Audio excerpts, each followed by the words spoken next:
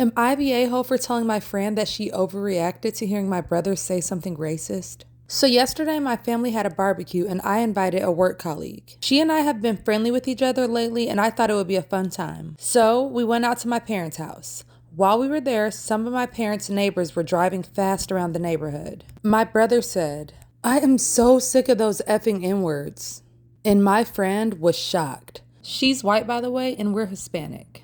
Well, okay, white Hispanic, but Hispanic nonetheless. She looked at me and then said, "Excuse me," to my brother. She said that was racist and rude.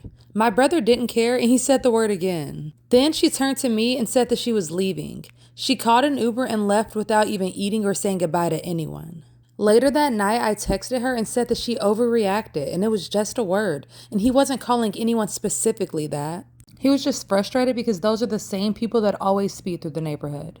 I told her she was acting immature and she needs to grow up. I tried texting her again later, but my message didn't say delivered, so I think she blocked me. I didn't see her today at work, but I did get a call from another coworker asking me what happened. Apparently this bitch told the others that me and my family are racist.